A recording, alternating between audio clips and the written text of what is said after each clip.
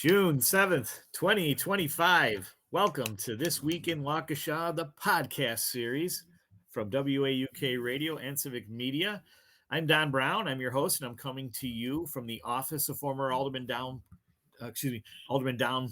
Paul Brown. I'll get it in downtown Waukesha at the Work Hub Studios, home of Wisco Mary.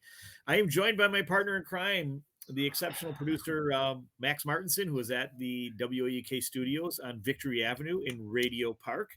And joining Max is my first podcast host today, and that is former U.S. attorney and host of Amicus, a law review, James Santel, fresh off of another great production. Jim, how are you this morning?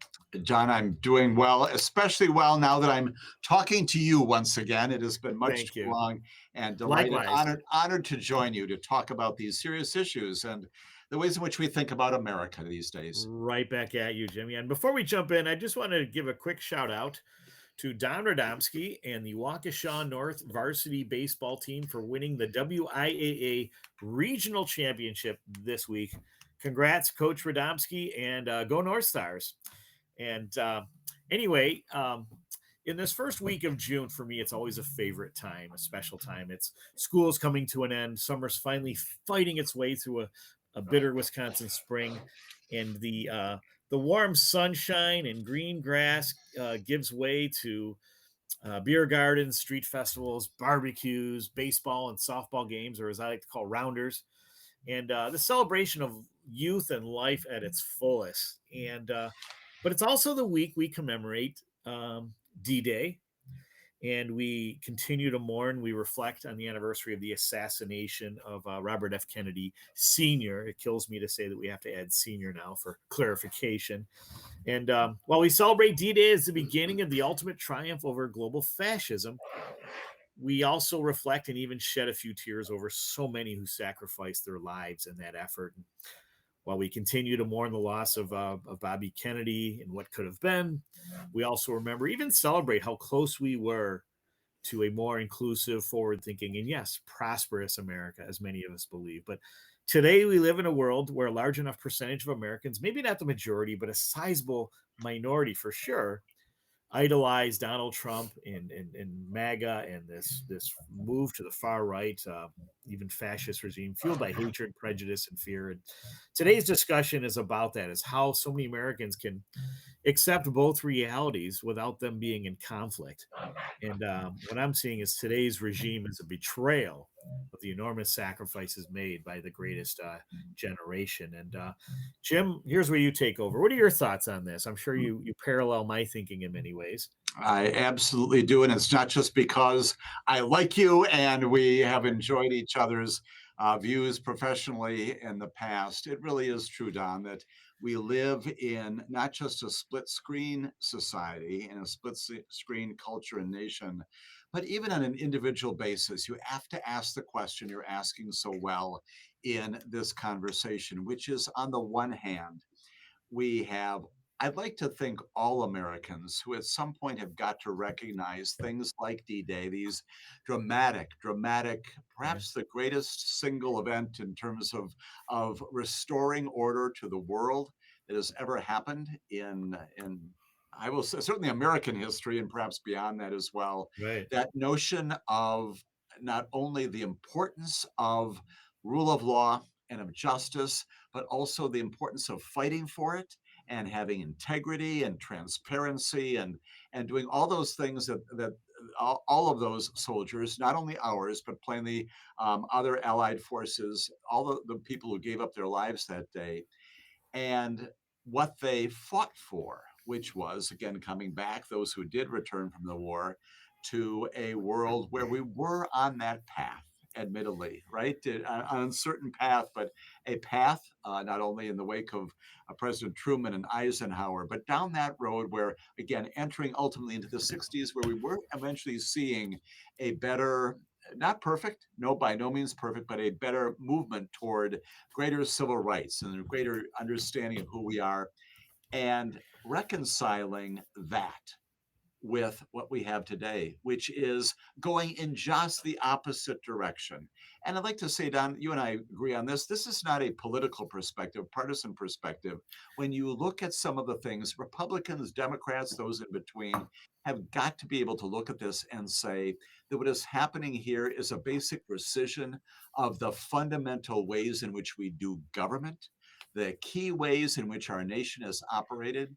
We're not talking here about policy. We're not talking here about whether or not the Clean Air Act should be amended or how agriculture policy or education policy should be put in place. What we are doing is we're defending the process that permits us to engage in that conversation. Mhm. And that's what's in jeopardy when you Yes. have an executive branch that is saying no to judges, is running roughshod over the individual rights and liberties of people in America, is doing all these things that frankly, again, all of the was it 1.3 million soldiers in American history have died for.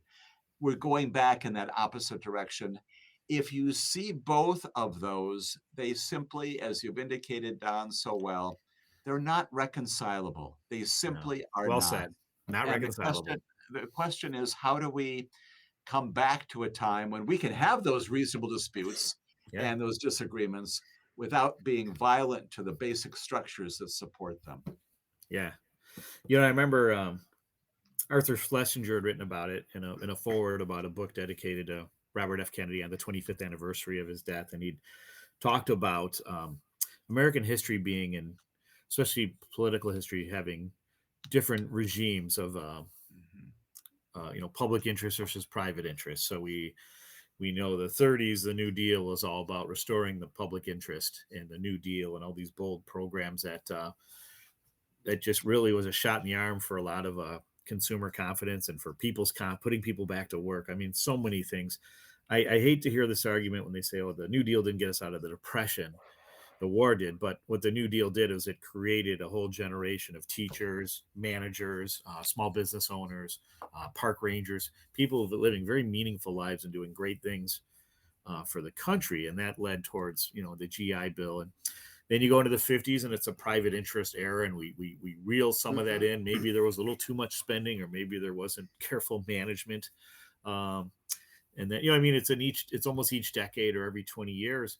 And really, like I said, this like what do we define this era as? I mean, we went from that private interest era of the younger Bush administration, and then there was Obama was that public interest era, and now it seems like an era of craziness or a cult of personality. Um, It, Years it in the is. making too. It is. And to the first point in your great articulation there, we've also got to return to, and again, I still believe that most Americans can do this. You Right. can believe two things at once, right? That's also the reason why our soldiers have died, our veterans have served, and frankly, public servants who are not in those wars are also serving. It is possible for me to believe both that the New Deal and economic principles advanced the interests of this country, as did the war that had some plainly economic impacts, also purging us on this planet of an incredibly evil plan for the future of humanity. That I can believe all those things at once, right? And even when I think, as you're going through history, about the Great Society that Lyndon Johnson Right. advanced, and again, part of the very history that you're just describing here, I can believe at the same time that the advances of the Civil Rights Act, the Voting Rights Act, the Fair Housing Act, the things in the 1960s did in fact move things closer toward a better society. And Mhm. at the same time, in that very decade, we were suffering some horrific violence, including the history-changing assassination of RFK Yeah. Senior again, right? Yeah. Martin Luther King, all those kinds of things, the college unrest that happened in this nation. And the history of our nation, as you just indicated, has been, you can call them ebbs and flows, you can call them ups and downs, valleys and hills.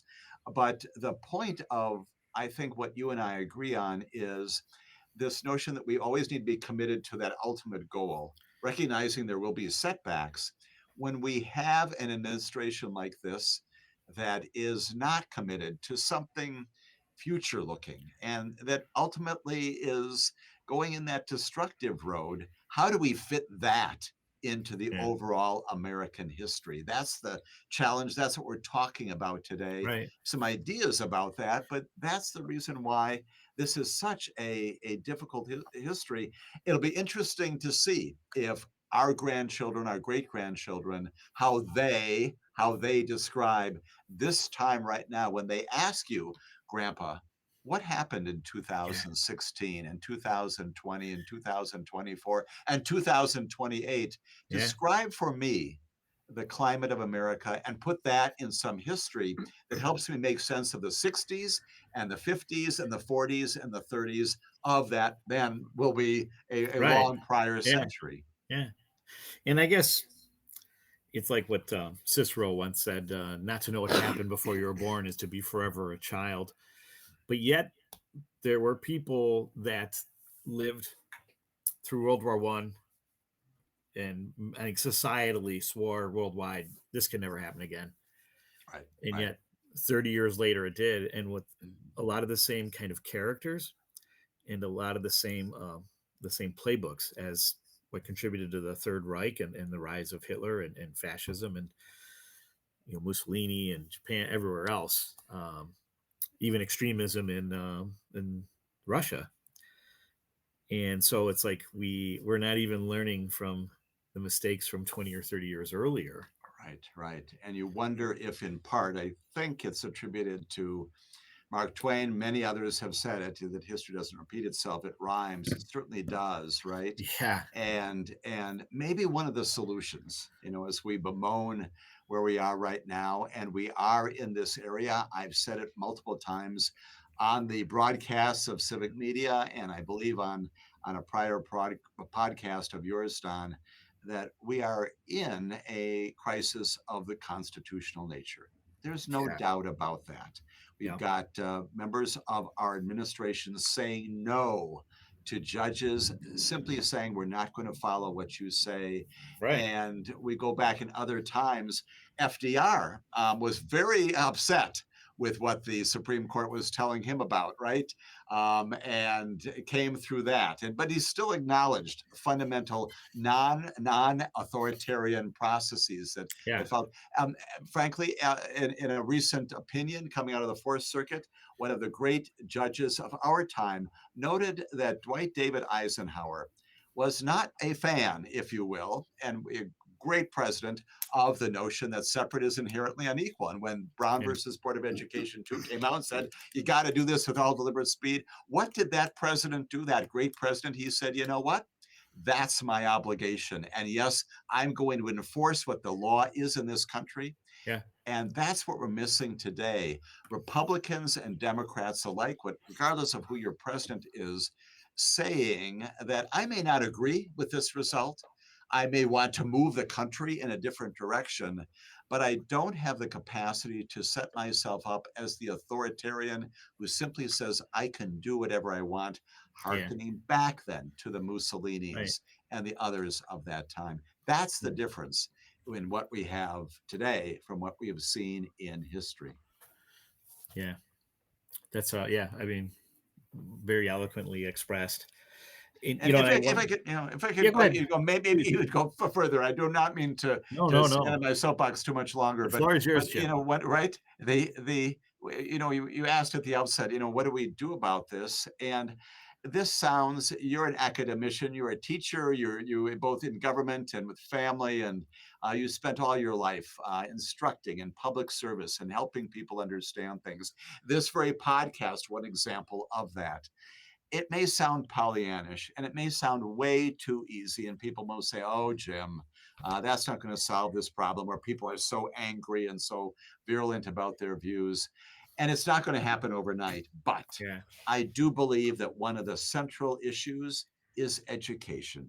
And Yes. it is, as you hinted before, pulling out our history books once again. And not that that's not going on in the high schools of your children and But others out the there. degrees to which Right? it's going on, though, is I'm very Exactly, right, concerned right. about. and spending some time, not just in colleges, but even in non-academic settings, going to seminars that talk about what was going on in the 1920s in this Yeah. country. How did we get into the First World War? What happened in the 1950s, the post-war period? Let's talk about the 1960s, because although I remember that and you do, I recognize every single day of my life that there is an entire series of generations Yeah. that for them, it's truly history in the same way that I might look at FDR, going back and saying, here's what happened. And overlaying that with what we also talk about on this broadcast and your good podcast, Right. a fundamental sense of how things work, Yeah. how government works. I am consistently stunned, without throwing everybody under the bus, but from people who are well-meaning, will ask me questions that belie a fundamental misunderstanding about who does what in America. Your Yeah. local school board is not responsible for southwest border immigration Yeah. policy, right? Yes. Your county board is not responsible for a federal budget having to do with the bankruptcy courts.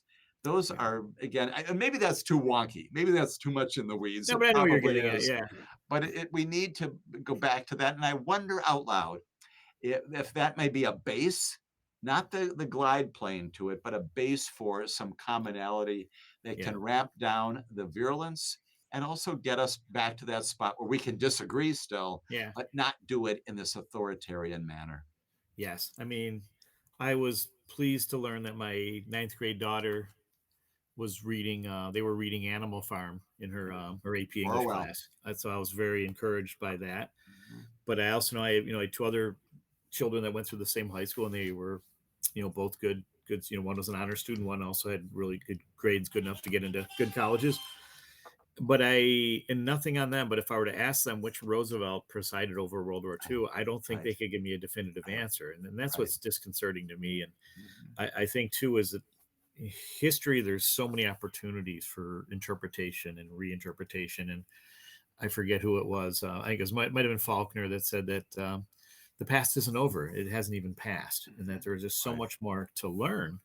right, right, And so, I'm learning things about and stuff that's available even on television streams. I know I right, should right. read this, but a recent documentary on the world wars, Mhm. show Hitler was in a very was very very close to conquering the whole world, Mhm. and Absolutely. That except was for a it. few tactical moves Mhm. and some good luck on the side of the American, we were able to overcome that. But like one great example is during D-Day, there was the armed force, the Allies had Hitler convinced that an invasion was going to take place on a coastal city closer to Italy, or it might have even been Right. in Italy. And so Hitler had all his ducks, and that like he had a lot of huge military presence there in anticipation of it. But then he moved. I think it was like 300 miles down the road to Normandy Right. for the Right. real D-Day. And so, but anyway, in the 2 minutes we have, like, you know, what else? What advice do you have for how we can move forward Sure. locally Sure. in our homes and in our workplaces and our friends groups? Right. I embrace entirely what you just said, not only about learning more from whatever sorts. It don't have to be Yeah, books, doesn't have to be magazines, great yeah, stuff out there. Inscribed on the side of the National Archives building. You've been there, your family's been there, where the Constitution is located, the Declaration of Independence, all these other documents, says past is prologue. yes, Past is prologue, exactly what you just said.